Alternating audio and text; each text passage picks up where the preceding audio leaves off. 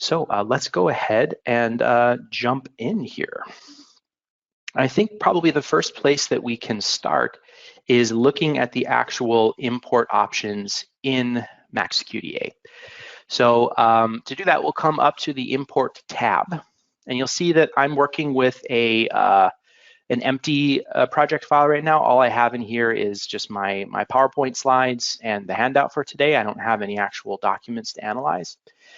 So we are working with a blank empty project. With survey data, you have a few options to import. So we have this one specifically for us, which is survey data. And if I open this up, I will see that there are 3 options available. So today we are going to be looking at how to import data from an Excel spreadsheet. If you're using software like Qualtrics, I'm not sure of any of the other free ones out there. I primarily use Qualtrics, but you can almost always get your data out as a spreadsheet, and then you can get it into MAXQDA via that spreadsheet. If you're using something like SurveyMonkey, MAXQDA does have an API for SurveyMonkey where you can actually link your account. So if you would click this, it will take you to the SurveyMonkey website. You'll put in your username and password and give some permissions to MAXQDA, and then you'll be able to access your survey library from there directly. So it does require a premium account, though. You can't do this with a free account, unfortunately, and I don't have a SurveyMonkey account, so I can't demonstrate that for you today. If you do want to see those steps, you can check that out in the user manual. It's a pretty straightforward process. You can also use SPSS if that's a system that you're comfortable using. You can get results from there as well. But today we are going to be looking at the Excel spreadsheet option. And before we actually import that data, I'm just going to sort of show you what my file, my survey file actually looks like. So here I have, this is my Qualtrics project, just to give you a sense of what our survey looks like. I've got basically just some fairly straightforward demographic information. So a question about race, education, household income. And here we have a question that's on a Likert scale. So asking about satisfaction. Are you satisfied or dissatisfied with our company? And then question 5 is an open-ended answer that asks the respondent to basically why did they answer question 4 the way that they did. So having sort of a mix of these kinds of questions can be kind of nice in terms of categorizing your survey data, especially if you're working with really large samples. So to get this out, you would just come over to your data and analysis page. It's going to take a second to load here. And I would export. There's a number of options that you can use to export, but we would want the Excel option, and we would want to use choice text rather than numeric values. It's just going to be a little bit easier to read in MAXQDA. Since we have a nice document viewer, it makes sense to pull in the text rather than the numeric scale. So I've already got this file downloaded, so I'm not going to bother with that, but this is where you would download your Excel file. There is an option for CSV, but MAXQDA works with Excel, the actual XLS file type, not the CSV, so you would need to convert it to an actual workbook to get it into MAXQDA. All right, so there's that's what our survey looks like. Let me go ahead and give you a peek at the actual spreadsheet. So we have right here, I have our survey webinar data, and you'll see that it's pretty straightforward structure. Each column is going to be representative of sort of a question or a piece of information, and each row is going to be a single respondent. That's maybe a little bit clearer if we go to the worksheet or the handout. So each row is going to be a person. So we have 4 people in this case, and then each column is going to be a specific piece of information. So the ones that are important, you'll see right here, ID, that's going to be a very important one. Fortunately for us, Qualtrics generates a unique ID value, so we know that we have something that will be unique in every case. And then really just whatever data that you want to pull in. So you can kind of customize this if you want to pull some stuff out of your spreadsheet. Document group is going to be optional. If you have something that makes sense in terms of your project file, like a specific region or a specific sort of classification or category that you could divide your groups, that would make sense. But it's not always going to be the case. And you can always do this after the fact. You don't have to do that right on import. So here's our file. You will notice one piece of information here. Look, if you look closely, we have a duplicate in our header. So Qualtrics does this where it actually gives you this top level row, and you'll notice it's going to cause a little bit of a problem because if we import this way, we're going to get Q1 rather than the actual question here. So I'm going to actually import this that way so you can get a sense of why we need to edit this file a little bit. Okay, so to pull in my data, if I come back to my survey data, import from Excel spreadsheet, it's going to bring up just a file picker here. And so I'm going to use this survey webinar data. That's the name of my file, just an Excel spreadsheet. And if I click open, you're going to see this particular dialog box. And this is going to be basically asking you, how do you want to import your data? So there's a number of options that you'll need to select here. One thing I'll point out, if you're new to MAXQDA and you see something that you don't understand, always look for this little I box.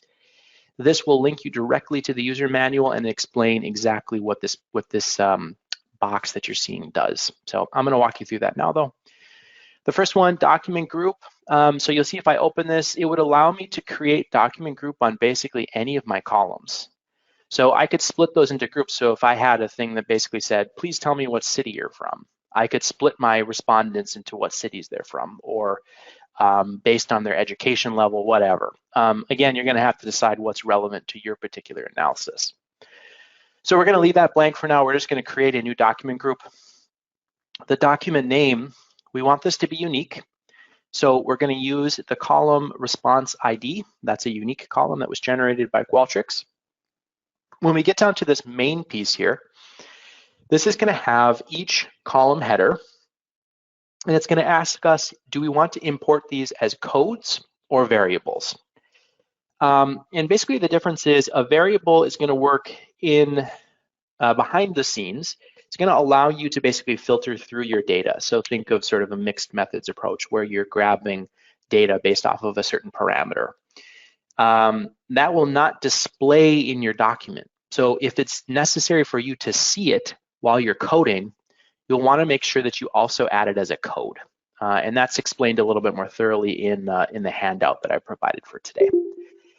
Most of these, we're going to go ahead and leave these as variables so far. If you scroll all the way down, you'll notice we have a little bit of a problem here, though. Our questions, I don't actually have the text of the question, just the numbers, so it's not very clear. So I'm going to go back to my Excel file. I'm going to highlight this first header row. I'm going to remove it, and I'll save this as survey webinar data 2. Okay, so I've got my new file. Go back to MAXQDA, survey data import from Excel spreadsheet, survey data 2. All right, and we said we wanted response ID for our document name. And if you look now, I have my question titles. Choose one or more races that you consider yourself to be. Okay, so now I actually have that in my column so I can actually see what it is. This is kind of getting at that piece where sometimes you have to maybe go through this a time or two to get things set up in the way that you want it to be. All right, so now that I've got a description, I want to leave these as variables. I know though that this is an open-ended question, so I actually want this to be coded. This does not need to be a variable because an open-ended question is going to be unique in every case. A variable should be a set number of responses, right? Like there's a limited number of incomes or a limited number of level of education.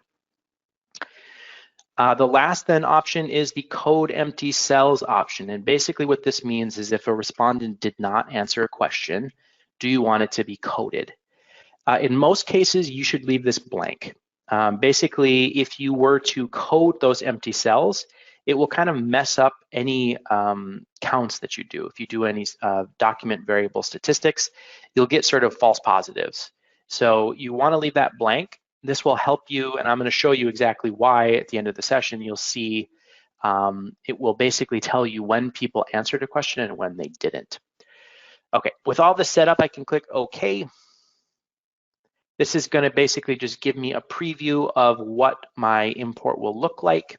So I'll see that response ID is a text value.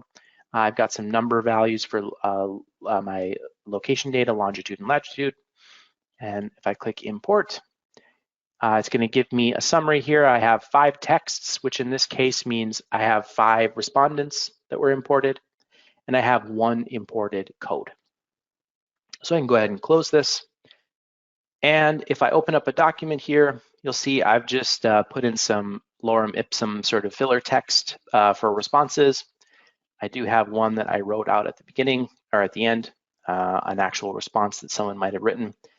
But you'll notice that if I look down here in my code system, it's cut off part of my question.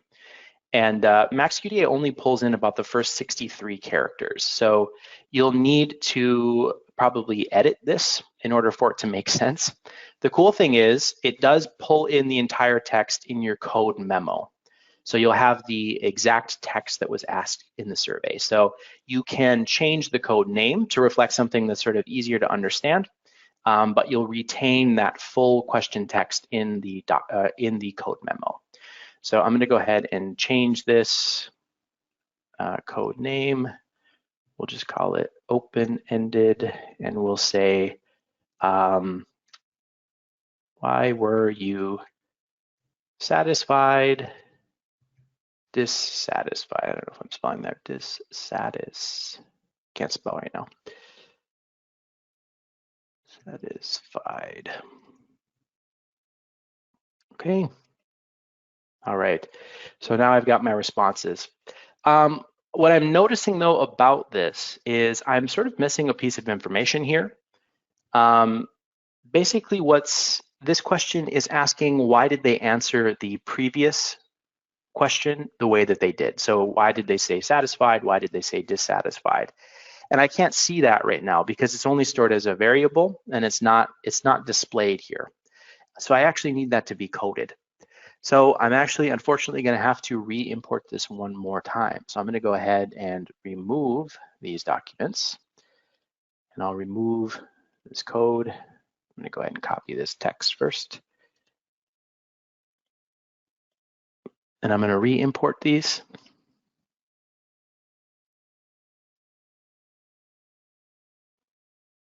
And this time, I'm going to pull in these demographic informations and this Likert answer as a code as well as a variable.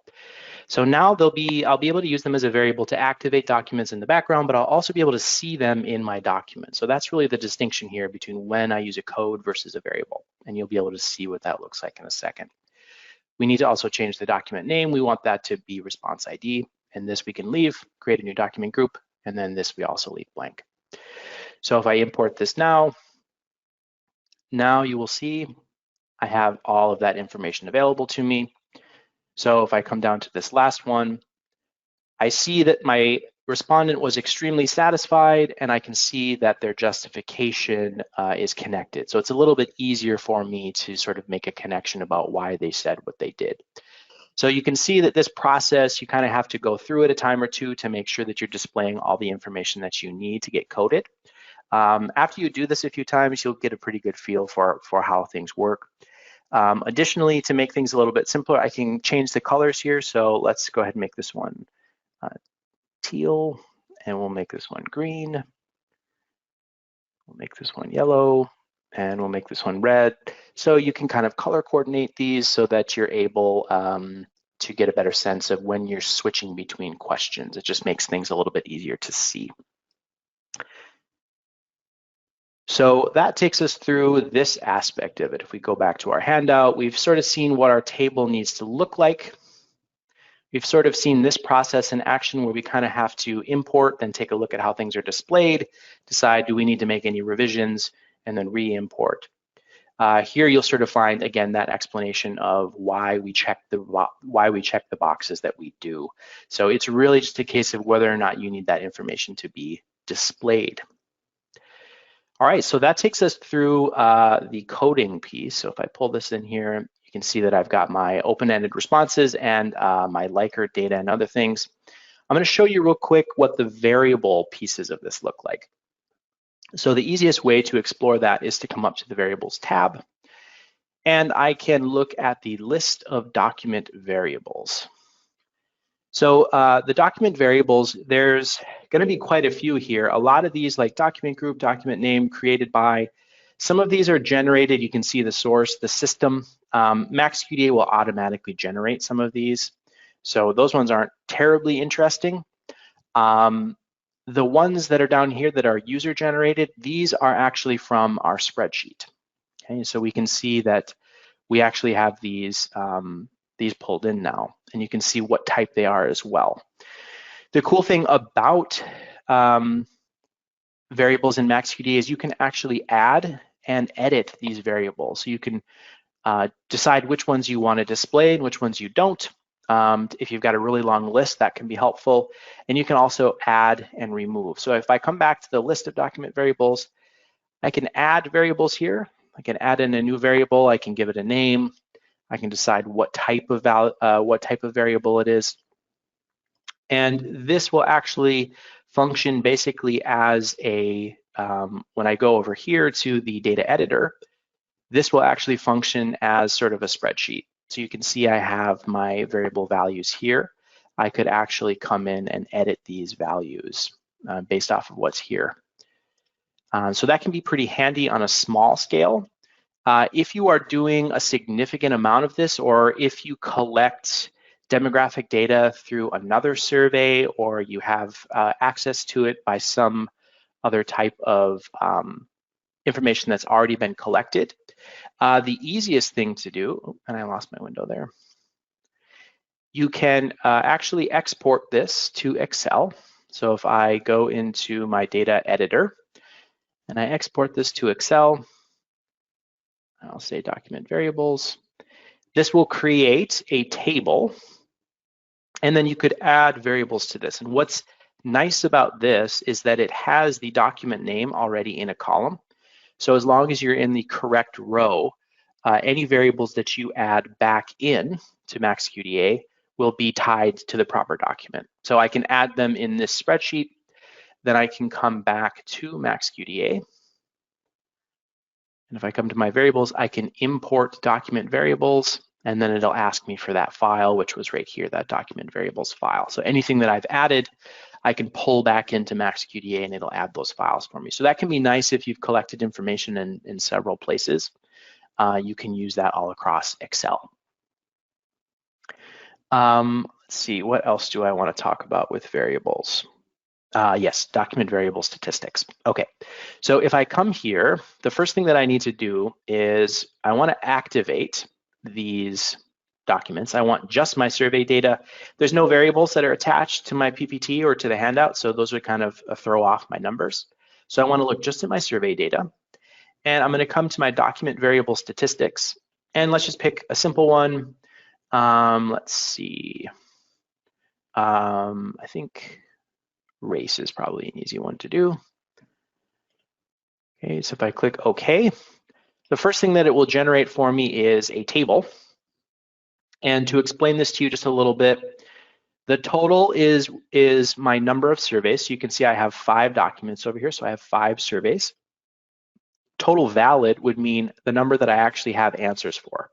So I know that I have 4 responses, and I have 1 participant that did not respond.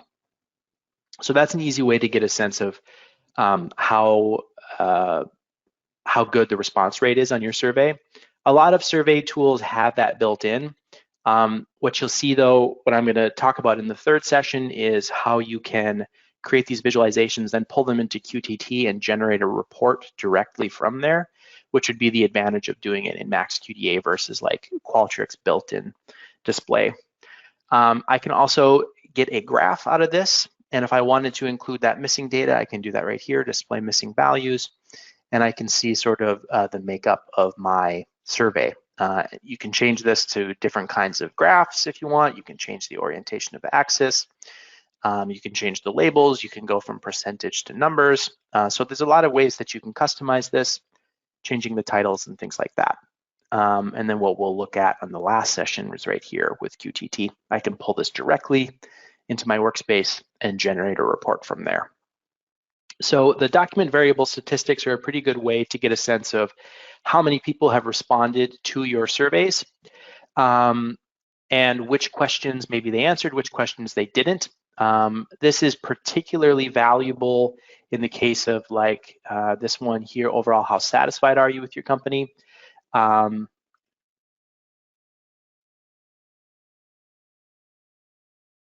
So I can get my Likert data here. So I get a sense of, how does my sample feel in general about the questions that I'm asking? And we'll see in the session next week, if you come back, I'll show you how you can use these variables to create some sort of organization in your data set that will basically allow you to use people's answers on this Likert scale to then sort of categorize their responses, and then you can analyze their open-ended responses based on those things. There's some really cool features that are built into MAXQDA to do this specific type of work. But as you get started, especially if you're working with a really, really large sample size, it's helpful to have these types of visualizations and charts to get a sense of where people are at, how they're answering, what type of demographics you're working with. A lot of data types that you would use in MAXQDA, like interviews or focus groups, you're going to be very familiar with because you've done those interviews. You sort of know what type of data you have. In the case of survey data that you've collected online, it may be not the case. You may need to do a little bit of exploration before you sort of jump into doing any of that open-ended analysis. I think that is about all that I wanted to demonstrate for today in terms of the different variables. You'll notice up here in the variables, this is something that we'll talk about in the second session. There is a distinction between document variables and code variables. Document variables come in at the beginning, so you pull them in from your survey data. It's how someone responded. Code variables come in after you do your coding. So it would basically tell you whether or not a code exists. You can kind of think of it as like a logic, like a 0 or a 1. 0 meaning it doesn't exist, 1 meaning it does. So that can actually be kind of interesting as well when you start to get into some more of the mixed methods pieces. But I'm going to go ahead and stop here. We've got about 15 or so minutes left. I want to save some time here for questions. I'll check out the chat here. Can we import PDF documents to analyze it with MAXQDA? Yes, you can. If we come over to the import option, you can see here texts, PDFs, and tables. So you can absolutely import PDFs. In fact, all of these, you'll actually see the icon here. My handout and my PPT are all PDFs. So you absolutely can. If I wanted to, I can highlight text in this, and then I could actually code this. It's a little bit different working with PDFs versus straight text documents, but you absolutely can. It can also be helpful when you're working with survey data to, most software will generate like a PDF display of your actual survey. So you could pull that in as well if you wanted to look at sort of your survey design. Was it, were folks understanding it when they were getting it? Things like that, maybe looking at why you didn't get such a great response rate or something like that.